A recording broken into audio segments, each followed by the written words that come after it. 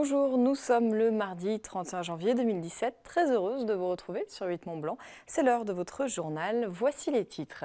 Réforme territoriale oblige. Le nombre d'intercommunalités a fondu de près de 40% au 1er janvier en France. Exemple en Savoie, où Chambéry Métropole et Cœur des Bauges ont fusionné il y a un mois maintenant. Un mariage forcé qui doit pourtant se construire aujourd'hui avec les deux parties. Nous ferons le point. Et puis les Chambériens ont un nouvel hôpital depuis 1 an et demi. Que devient l'ancien bâtiment? Le temps de quelques semaines, il accueille l'artiste photographe Georges Rousse et ses œuvres. Un travail participatif auquel sont associés les soignants du centre hospitalier. C'est notre série de la semaine. Mais avant de revenir sur ces titres, on l'a appris aujourd'hui, Gilles Chabert, président de la commission montagne à la région, a décidé de quitter son siège d'administrateur de la Compagnie des Alpes. Celui qui est aussi président du syndicat des moniteurs de ski se dit en désaccord avec la perspective d'une ouverture du capital de la compagnie aux Chinois. Une décision qui n'a pas de lien, assure Gilles Chabert dans le Dauphiné libéré, avec la publication dans le journal Les acteurs de l'économie d'un article évoquant, je cite, de soupçons graves de conflits d'intérêts et de prise illégale d'intérêts présumés. C'était il y a 4 jours cet article. Gilles Chabert était en déplacement en Maurienne ce mardi. Nous y reviendrons demain dans le JT. En tout cas, il n'a pas souhaité s'exprimer sur la question face à notre journaliste.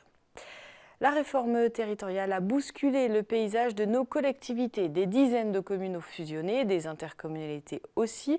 Depuis le 1er janvier, Chambéry Métropole et la communauté de communes du Cœur des Bauges ne forment plus qu'une seule entité.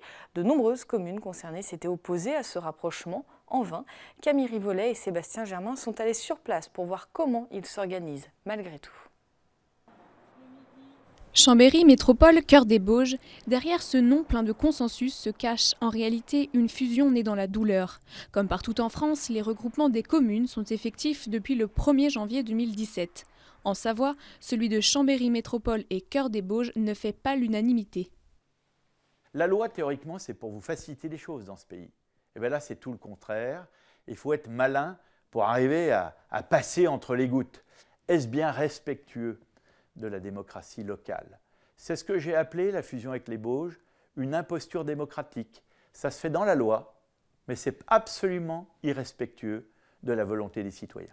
Preuve de ce désaccord, 80% des communes concernées ont voté à 2 reprises contre cette fusion. Pour les élus locaux, le problème ne vient pas du rassemblement en lui-même, mais plutôt des 2 communautés de communes et d'agglomérations très différentes qui vont s'assembler. Je pense que peut-être que la meilleure démarche aurait été d'abord de réfléchir au rapprochement entre la Calbe et puis Grand Lac et Chambéry, et ensuite venir raccrocher le Cœur des Bauges à cette nouvelle entité. Imaginez d'un côté une communauté de communes de 5000 habitants, très rurale, et en face une communauté de communes urbaine de 130 000, 125 000 habitants. C'est un mariage qui n'est pas facile à accepter et à digérer. Les acteurs de cette nouvelle entité comptent malgré tout rester soudés pour composer au mieux ensemble dans les intérêts de chacun.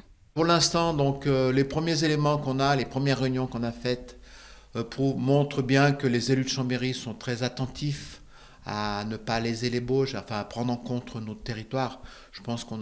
J'espère qu'on sera entendu. Moi, je suis plus optimiste qu'il y a 1 an en arrière, par exemple. Quand on nous a annoncé la fusion, on ne se rendait pas bien compte. Un tout petit territoire comme nous, rentrer dans un grand territoire. Je suis quand même beaucoup plus optimiste aujourd'hui. Le nom Chambéry Métropole Cœur des Bauges n'est pas définitif. Les élus veulent consulter les habitants grâce à une plateforme en ligne. Cette démarche s'inscrit dans une volonté d'un projet où tout le monde peut donner son avis. Les chiffres de la sécurité routière en Savoie ne sont pas bons. Le nombre d'accidents est quasiment stable, le nombre de blessés aussi, mais le nombre de tués a lui fortement augmenté. 35 personnes ont trouvé la mort sur les routes en Savoie en 2016 contre 20 en 2015, soit une hausse de 57%. Les 18-40 ans sont les plus touchés par cette hausse de la mortalité. Les usagers les plus vulnérables, les motards, les piétons ou encore les cyclistes sont aussi les plus concernés. Les services de l'État ont donc indiqué vouloir augmenter le nombre de contrôles routiers et les opérations de sensibilisation pour inverser la tendance. Vous le savez maintenant, tous les 15 jours, nous vous proposons une série de reportages dans le JT sur 8 Mont-Blanc. Cette semaine, nous partons à Chambéry. L'ancien hôpital est vide de patients et de soignants depuis plus d'1 an. L'artiste photographe Georges Rousse y est donc installé en résidence pour quelques mois avant sa destruction. Depuis une dizaine de jours, il met à contribution les personnels du centre hospitalier pour préparer la prise de vue de l'œuvre finale. Jean-Paul Crespy a rencontré ces soignants qui retrouvent là tous leurs souvenirs. Sol, mur et plafond, le hall du bâtiment Jacques d'Orsay se transforme pour que naisse une image poétique, visible en un point de vue unique que fixera ensuite la photographie. Un travail collaboratif, un hommage participatif à une histoire, à une mémoire hospitalière avant d'entreprendre sa démolition. La démolition du bâtiment laissé vide après le déménagement des unités de soins vers le nouvel hôpital. Une image photographique comme un point final d'une aventure collective. C'est très important pour les mémoires. Lorsque dans 10 ans, on regardera ce qui s'est passé dans l'établissement et puis on se souviendra de ce bâtiment d'Orsay, eh bien, ce qui restera aussi, c'est cette œuvre de Georges Rousse comme un hommage. Pour les personnels hospitaliers, participer à la construction de l'œuvre imaginée par Georges Rousse est un clin d'œil amical et chaleureux à ces espaces chargés de souvenirs. Ce bâtiment, je trouve ça intéressant de voir qu'un artiste fait des créations dans des bâtiments qui sont désaffectés ou qui vont être détruits.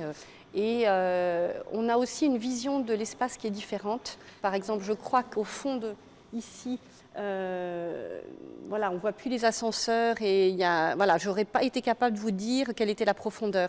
C'est-à-dire qu'on perd un peu ses repères quand même. Et puis c'était une belle idée aussi que ce ne soit pas un artiste seul, mais tout le personnel qui donne un petit peu de temps pour construire l'œuvre.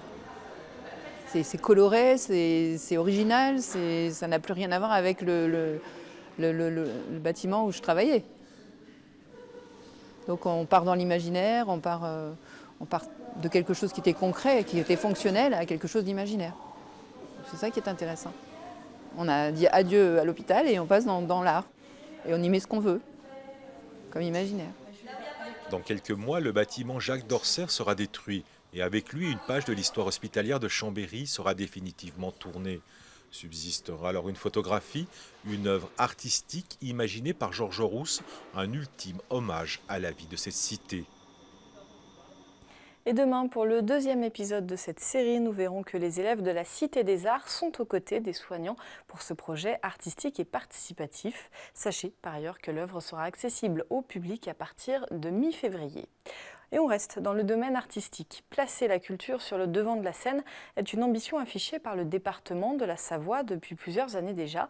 Parmi la cinquantaine d'événements annuels, la découverte du travail de création d'une œuvre par des élèves de 5e. Pour ce faire, des collégiens de l'Art à voir ont pu assister à l'une des répétitions de la X Compagnie. Olivia Boisson aussi. La X Compagnie répète avant l'arrivée d'un public bien particulier. Ces élèves de 5e vont assister à la création d'une œuvre, une grande première pour eux, comme pour ces artistes. C'est un peu stressant en fait, on essaye de le faire normalement, mais malgré tout, comme il y a une présence, un regard extérieur, ça modifie quand même les choses. La Savoie est un vivier d'artistes. Tous considèrent que l'art rend davantage citoyen. Les effets citoyens de la pratique artistique, c'est apprendre à mieux communiquer ensemble, apprendre le vivre ensemble, être un peu plus à l'écoute de l'autre, des capacités à s'exprimer. Il me sort 3 paquets de saumon fumé. Après les répétitions, place à un extrait de la pièce. Le but, leur faire comprendre ce travail de longue haleine. Un exercice rare pour ces jeunes qui ont très peu l'habitude de voir ce genre de spectacle. C'était original, j'avais pas l'habitude de voir ça. Des fois c'était drôle et puis des fois c'était plus triste. En plus ils l'ont fait dans le rythme, comme il a parlé. Du coup c'était bien. Je m'excuse, je l'écoute, je raccroche. Ce genre d'événement permet l'émergence de jeunes créateurs, mais aussi de confronter les Savoyards à la culture. En tous les cas, c'est le pari que la X Compagnie a tenu avec succès. Une dernière info avant de se quitter, si vous souhaitez faire une petite apparition dans le prochain film d'Isabelle Huppert, c'est le moment. Le tournage du film Eva avec l'actrice et le comédien Gaspard Ulliel se déroulera à Annecy du 14 au 27 février. Une scène sera tournée au Casino d'Annecy, donc le 14 février. Et pour l'occasion, des figurants âgés de 35 à 65 ans sont recherchés. Si vous êtes intéressé, vous pouvez postuler en envoyant vos coordonnées et une photo en pied à evalefilm@outlook.fr. L'adresse s'affiche en bas de votre écran. C'est la fin de cette édition. Merci de votre fidélité à l'info sur 8 Mont Blanc. Merci à toute l'équipe. Pour voir ou revoir nos programmes, n'oubliez pas notre site internet 8montblanc.fr. Demain, vous retrouverez Pauline Courceau pour le JT. Passez une très belle soirée.